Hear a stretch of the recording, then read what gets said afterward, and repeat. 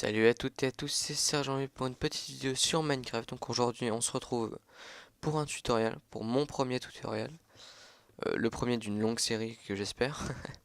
Et bon bah on va tout de suite commencer. Donc je vais vous montrer le système qu'on va faire en fait. Ça va être un système comme ça. Pour minimiser à mon avis la place, moi je vais l'utiliser plutôt pour cacher des objets. On peut le faire avec tout, hein. On peut faire avec tout ce qui peut être déplacé par un piston en fait. Vous voyez, vous pouvez faire ça. Non, ça, pardon, excusez-moi. Vous voyez, tout ce qui peut être déplacé par un piston. Donc ça marche pas. Qu'est-ce qui ne marche pas? Le four ne marche pas, les coffres ne marchent pas. Ceci non plus, je n'ai pas essayé. On va essayer. On est là pour essayer. Normalement. Ouais, non, ça ne marche pas. Quoique. Oui, non, ça ne marche pas.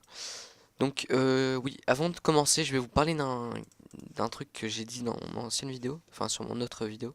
Le gameplay de Skyrim, je pense pas le faire tout de suite parce que j'ai pas le matériel adéquat pour filmer ma Xbox. Donc, je vais peut-être, je ferai ça peut-être après quand j'aurai bien commencé mes tutos sur Minecraft et mon aventure suivie.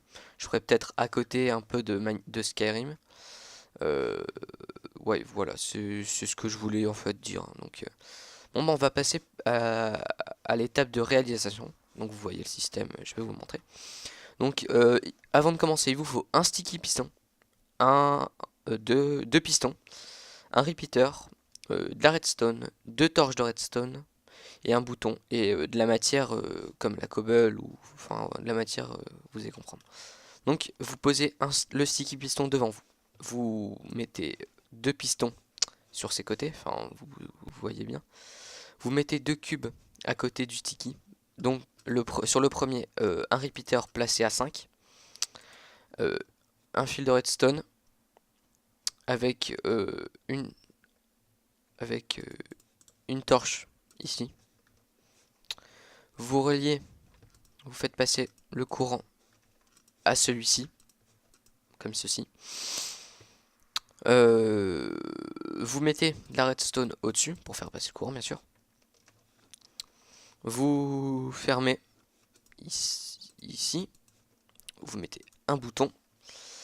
Et bien sûr, j'ai oublié quelque chose. Donc vous retirez la torche ici. Vous mettez un cube ici à la place. J'ai oublié. Vous retirez celui-là aussi. Vous mettez le cube que vous voulez. À mon avis, c'est ici.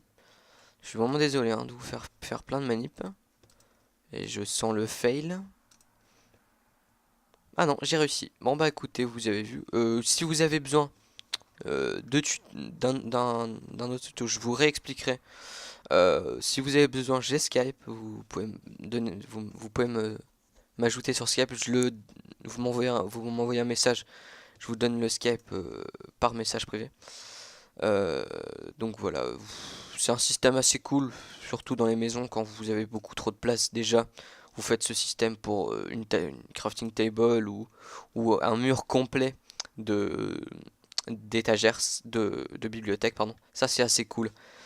J'ai vu sur un serveur où ils avaient fait ça sur un bouton et tout le mur en fait, tout le mur ici était de la cobble et quand ils s'appuyaient c'était un mur de